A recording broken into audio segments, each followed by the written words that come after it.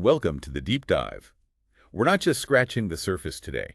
We've sifted through all the recaps from yesterday's Major League Baseball games. The whole pile of them. Exactly. Yeah. And our mission, really, is to dig deeper than just the final scores. Yeah. We want to pull out the key moments, the standout players, and maybe see what larger stories are starting to form. Yeah. Find those interesting nuggets. And yesterday was quite a mix, wasn't it? You had some blowouts, some real nail biters. Totally. Everything from high-scoring slugfest to, those intense pitching duels. So let's just jump right in. All right, let's do it. Okay, first up, that AL Central game. Cleveland Guardians visiting the Pittsburgh Pirates. Right. Ended 10-7 Guardians. That score screams offense. Oh, absolutely. A real slugfest. Yeah. And it really put the Guardians lineup on display, They were just relentless. What was the big moment there? Well, you got to point to Jose Ramirez. Yeah. His 3-run homer in the third inning, that felt huge. It wasn't just the runs. It sort of broke it open early. Right. Gave him that cushion. Exactly. And word is, he's been working on breaking stuff better, and that was off a slider. So maybe that work's paying off. Plus, it got the Pirates into their bullpen maybe sooner than they wanted. Yeah, that always has knock-on effects. Yeah. But the Pirates didn't just roll over, right? Brian Reynolds had that double. He did, yeah. A 2-run double, kept things interesting for a bit, showed some fight. But the Guardians just kept adding on, and importantly, their bullpen held firm late in the game. When you score 10 runs, you expect to win, but you still need those guys at the back end to lock it down, especially when the other team scores 7. Makes sense. Okay, staying in the AL Central, but a different kind of result. Detroit Tigers beat the Kansas City Royals 7-3. Yeah, a totally different feel to this one. This was more about the Tigers pitching. Eduardo Rodriguez, specifically. What do you do? 8 strikeouts in 6 innings. He was really controlling the game, dictating the pace. Looked like he was hitting his spots, keeping hitters off balance. That's a strong outing. And the offense backed him up. I see Spencer Torkelson hit one out. Yep. A crucial 2-run shot from Torkelson. That kind of timely hitting, it just lets your pitcher breathe a little easier, Right. Takes the pressure off. For sure. The Royals got a solo homer from Bobby Witt Jr. He's always a threat. But beyond that, not much happening offensively against Rodriguez. And the Tigers played some solid defense behind him, too. Just a well-rounded win, leaning on that strong start from Rodriguez. Makes you wonder about the Royals lineup against top-tier starters. Okay, let's head east. National League action. Philadelphia Phillies took down the Miami Marlins 7-2. Looks like Philly got going early. Oh, yeah. Bryce Harper, first inning, 3-run bomb. Wow, setting the tone immediately. Absolutely. Puts the road team, the Marlins, in a hole right away. Changes the whole dynamic of the game, mentally, too. And then Zach Wheeler backed it up on the mound. He did. Wheeler was strong. When you get that early lead and your ace is dealing, that's a tough mountain for the other team to climb. Yeah, that's the formula. Definitely. And don't forget the defense. Brandon Marsh made some kind of spectacular catch out in center. Those plays don't always show up big in the box score, but they kill rallies, save runs. Huge momentum keepers. Exactly. Jazz Chisholm Jr. did hit a solo shot for Miami, showed off his power, but yeah, the Phillies were pretty much in control after that first inning. All right, sticking with the East, but a different matchup. Cincinnati Reds beat the Baltimore Orioles 8-3.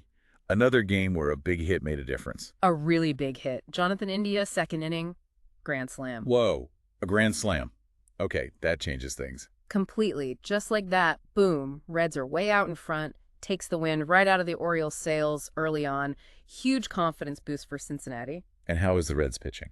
Hunter Green was firing. 9 strikeouts over 7 innings. When you've got that kind of power arm dealing and your offense puts up a crooked number like that. Yeah, hard to beat. Very hard. Ryan Mountcastle did get a 2-run homer for Baltimore, so they showed some life, but Green was just too much for them consistently. Solid defense behind him, too. Now for something completely different. Yankees and the Rays. 1-row final. You hear that score, you know what happened. Oh, yeah. Classic pitcher's duel. This was all about Jarrett Cole. What do you do? Go deep? Deep. He went the whole way.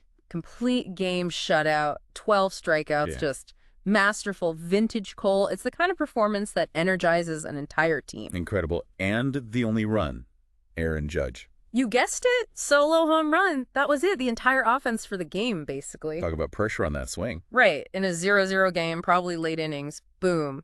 And credit to the Rays pitcher, too, Shane McClanahan. He struck out 10 guys himself, pitched brilliantly, Yeah. just ran into an ace who was absolutely untouchable on the day. This game was just a beautiful display of pitching dominance and how critical one swing can be. Defense has to be sharp, too, in games like that. Okay, let's swing over to the AL West. Toronto Blue Jays and the Seattle Mariners. Jays won 3-1. Yeah, this felt like a solid professional win for Toronto. Alek Manoah on the mound gave them 7 strong innings, only allowed the 1 run, kept Seattle quiet. And the offense came from Vladimir Guerrero Jr., he had the big hit, a 2-run homer. That provided the cushion they needed. Seattle's only run came from Julio Rodriguez. Yep, J-Rod hit a solo homer. He's always dangerous. But beyond that, Manoah and the Jays bullpen, backed by some good defense, kept them pretty much in check. Wasn't flashy, just a good, solid team win. Gotcha. Back east again. Mets and Cardinals. Close one, 5-4 Mets. Sounds like it might have gotten tight late. It did, yeah. Definitely some tension there. The big blow for the Mets was Pete Alonso, 2-run homer in the 6th. Seemed like that might be enough breathing room. Alonso always seems to come up with those, doesn't he? He really does have a knack for it. And Max Scherzer pitched well for them, too. 8 strikeouts, did his job. But St. Louis pushed back. Yep. Nolan Arenado, 8th inning, solo home run. Suddenly it's a 1-run game. Pressure's on the bullpen then. Big time. But Edwin Diaz came in for the save opportunity and, well, he slammed the door. Did what a top closer is paid to do. A good test for the Mets late inning guys. Okay, let's talk about a game that wasn't close. Red Sox hammered the White Sox. 10-3. Boston's bats were alive. Oh, definitely. An offensive explosion. Rafael Devers got it going with a 3-run homer back in the 3rd.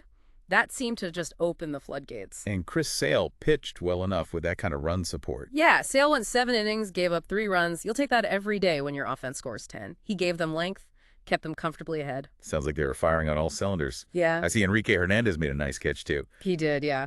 One of those highlight reel plays in center field. Always gives the team a boost, saves a potential hit or run. Luis Robert hit a 2-run homer for the White Sox. He's got serious pop. But, yeah, Boston just overwhelmed them with offense in this one. All right, down south now. Atlanta Braves and the Minnesota Twins. Braves win 6-4. Acuna involved again. Is he ever not involved? Ronald Acuna Jr., yeah. Hit a 2-run homer in the 4th. Just continues his incredible season. He's amazing. Yeah. And Charlie Morton pitched well for Atlanta. Yep, Morton gave them a quality start. 7 strikeouts. Kept the Twins mostly quiet through the middle innings. But the Twins made a run late. 6-4 suggests it got interesting. It did. Minnesota didn't quit. Byron Buxton had a solo homer, and then later, Carlos Correa came up with a big 2-run double in the 8th. Made it a 2-run game. So the Braves bullpen had to work for it. They did. But they held on. Kenley Jansen got the save. Showed some resilience there by Atlanta, bending but not breaking under that late pressure. Okay, out west. Dodgers shut out the Texas Rangers. 3-0. Sounds like a familiar name was on the mound for L.A. Oh, yeah. Clayton Kershaw. Vintage performance. So we got it, huh? Absolutely. 7 shutout innings, 10 strikeouts, just masterful control, mixing pitches. He looks like the Kershaw of old, reminds you why he's heading to the Hall of Fame. And the offense. Like just enough. Pretty much. Mookie Betts hit a solo home run. That provided a chunk of the offense. They scratched across a couple more. Efficient. Very. The Rangers actually threatened at one point, loaded the bases. Okay. Big spot. But couldn't cash in? Nope. Couldn't get the big hit when they needed it. And the Dodgers bullpen came in after Kershaw and finished off the shutout. Classic Dodgers win, really. Great starting pitching, just enough offense, solid bullpen. All right, Brewers and the Athletics. Milwaukee wins 5-3. Yeah, another solid outing for the Brewers. Christian Yelich provided a spark early with a 2-run homer. Okay. And Corbin Burns did his thing on the mound. Pretty good control. Kept the A's lineup mostly in check while he was out there. Oakland got a few runs, though. Matt Olson homer. Yeah, Olsen went deep. He's got that power. The A's made it a little closer than maybe Milwaukee wanted, but the Brewers' early offense and Burns' start plus decent defense was enough to get the W. Gotcha. How about the Astros and the Padres down in Houston? Astros won 6-4. That was a good one. Felt like a potential playoff preview, maybe. Some real talent on both sides. Who were the standouts? For Houston, Alex Bregman hit a big 3-run homer. That was a key swing. And Framber Valdez was strong on the mound, racking up 9 strikeouts. Classic Astros formula. And for San Diego, Tatis. Yep. Fernando Tatis Jr. answered back with a 2-run homer of his own. Kid's electric. But Houston's bullpen was solid. Ryan Presley closed it out for the save. Just felt like the Astros had that little bit extra, that depth. Balanced attack. Exactly. Good pitching, timely hitting. That's how they win. Okay, one more game to wrap up the day. Out in California, Los Angeles Angels versus the San Francisco Giants. Angels win 2-0. This score also suggests pitching. Oh, does it ever? And it suggests one name in particular, Shohei Ohtani. Okay, what did Ohtani do this time? Pitching, I assume. Pitching and how? Complete game shutout, 11 strikeouts, only gave up 3 hits, just utterly dominant, an absolute masterpiece on the mound. Wow. Just wow. He's unreal. He really is. Sometimes you just run out of words. And the offense. Who drove in the runs in a 2-0 game? Mike Trout. Solo home run. How fitting is that? The 2 superstars carrying the team. Pretty much. You have to feel for the Giants pitcher, Logan Webb. He pitched really well himself. 8 strikeouts, kept his team in it. Yeah, tough luck loss. Definitely. But he just got outdueled by maybe the most unique talent the game has ever seen, having one of those days. This game was all about Ohtani's brilliance and Trout providing just enough offense. Okay, so that's a whirlwind tour of yesterday's games. When you step back and look at the whole slate, what are the big themes jumping out at you? Well, the first thing is just the variety, right? We saw teams win by absolutely mashing the ball, like the Guardians and the Red Sox. Lots of offense. Then you had teams win purely on dominant starting pitching, like the Yankees with Cole, the Angels with Ohtani, the Dodgers with Kershaw, masterclass. Yeah, those 1-0, 2-0, 3-0 games. Exactly. And then you had those close back-and-forth games, the 5-4 Mets win, the 6-4 Braves win, where the bullpens and maybe one key hit were the difference. So lots of different ways to win a ball game. Absolutely. It really drives home how unpredictable baseball can be day to day, and you never quite know what kind of game you're going to get. It keeps things interesting, that's for sure. It does. And beneath that variety, you see those core baseball truths, the sheer value of having an ace, a true stopper like Cole or Ohtani who can just shut down an opponent. Yeah, changes everything. And the impact of that one big swing. The grand slam by India, the 3-run shots by Ramirez or Devers, those aren't just runs, they're momentum shifters. Oh, it deflates the other team. Totally. And then almost universally, the importance of the bullpen. Even in some of the higher scoring games, having guys who can come in and hold a lead or keep it close, it was crucial across the board. Diaz for the Mets, Presley for the Astros. Yeah, you need those reliable arms. You really do. And of course, we saw some just incredible individual performances that really defined the day. You mentioned Ohtani, Cole, but also Ramirez, Harper, Judge, guys stepping up big. Absolutely. Those performances are what fans remember, and they often signal what a team is capable of going forward. Couldn't agree more. It's those moments that build the narrative of the season. So that wraps up our deep dive into yesterday's MLB games. We tried to get beyond just who won and lost and look at the how and the why. Yeah, hopefully giving a bit more context and highlighting some of those key moments and performances. We saw slugfests, pitching clinics, tight finishes.